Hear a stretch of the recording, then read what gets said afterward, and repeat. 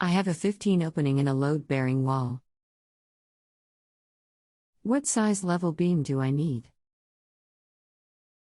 And how many 2x4 jack studs to support each end? Okay. Tell me a bit more about what's going on so we can help you best. Tearing out load-bearing wall. Is there anything else important you think the structural engineer should know? No. Hello. I can help. What is the joist length on each side of the beam? What will it support, one floor or two? What about an attic? Will it support any ceramic tile? The wall in which I want to open up is a first-story wall. Joist length is 26 total, 13 feet on either side of the wall. There is a second story. Here is an attic, but the floor is filled with insulation. There are supports for the heating/cooling unit, then rests on the outside wall to the second-story wall. This second-story wall is directly above the first-story wall. The second story is 3/4 of an inch oak flooring. You can plan for a 7 inches by 11 and 7/8 inches 2.0 E level or 5 1/4 inches by 14 inches 2.0 E level. How many jack studs on either side to support the 5 1/4 inches by 14 inches 2.0 E level beam? By the way, I said 15 opening, but the finished opening will be 14. Triple 2x6 jack stud. If the opening is 14. That small change won't have an impact on the beam size or the jack posts. 13 wood. Thanks. No problem. I'm happy to help. Good luck with your project. Can I combine thinner level beams to get to 5 1/4 inches? 3 1 3/4 inch will work just the same. I suppose nailing the 3 together is okay. Correct. If I go with 7 inches by 11 and 7/8 inches 2.0 E level, what size and how many jack studs would I need? Same triple 2x6. If the beam is 7 inches wide, then that would leave a 1/2 inch overhang off each side of the 2x6. That is okay. That's okay. Okay, thanks. No problem. I just want to confirm.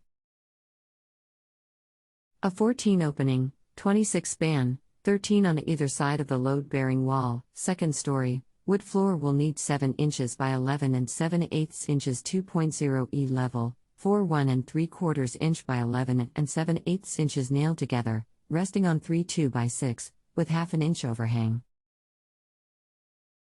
I suppose there is some sort of bracket that I will use to secure the beam to the 2x6s.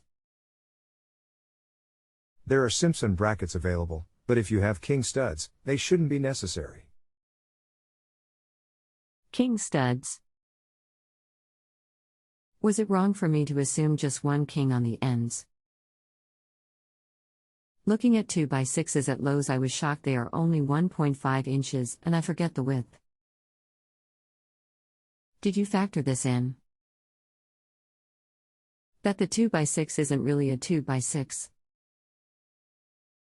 Yes, I factored that in.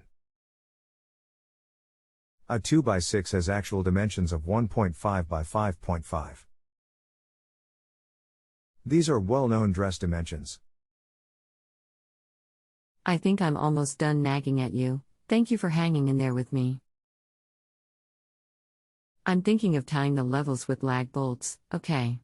And tying the 2x6s to the king stud with lag bolts, okay. And finally, something I had not even considered. How do I tie the level to the jack studs? Each level manufacturer has slightly different requirements for attaching multiple plies together. Check with them.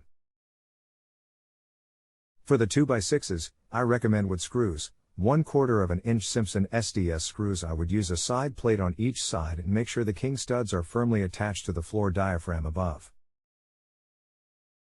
The king/jack studs will rest on the first floor subfloor, which rests on an all-brick column in the basement. However, I just thought, what if the king/jack stud is resting on the subfloor between floor joists? This is an old house. I'm not sure how thick the boards are, but they run 45 degrees over the joists. Do I need to extend up the brick column in the basement to the subfloor? If I'm not on track, please let me know. I have fastened master truss lock screws for the levels, and thought I'd use similar screws for the jack studs. I will also use a 90-degree side plate which attaches to the level and jack studs. The second-story floor joists will rest on the level. You can bring the break up, or you can provide solid blocking in wood between the subfloor and the top of the brick. I am seeing stress cracks. And on the second floor I am seeing gaps between the bottom of the door trim and the floor. Also having an issue closing a door. Please advise. Stress cracks in wood. Where the beam meets the ceiling on either end but only on one side.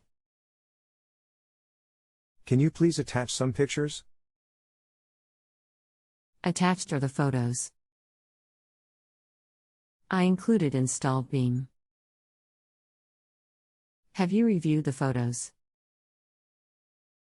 The bathroom door would stick at the upper right-hand corner as you face the door in the photo.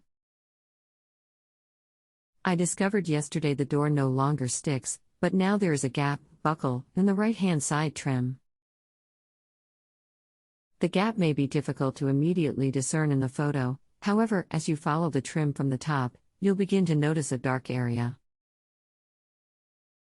That area is the gap. The wall for the bathroom door is perpendicular to the wall supported by the beam. Yes, I reviewed the pictures. Do you have any pictures from during the installation? Which size beam did you end up putting in? Both beam sizes provided will deflect less than the code allowable under a full design load. If you are seeing issues under less than a full design load, then there is likely a construction issue or some of the information conveyed is not accurate. The basis of the beam size, as stated in the question thread, is a beam span of 14, supporting joists that span 13 on each side of the beam supporting a second floor and non-storage attic without ceramic tile. The allowable deflection for this case is 0.7 inches. The full design load deflection for the 7 inches by 11 and 7/8 inches beam is 0.46 inches, including creep deflection, and for the 5 1/4 inches by 14 inches beam is 0.375 inches, including creep deflection. If you have a home improvement or appliance question and want to chat with an expert now, visit justanswer.com/ythi.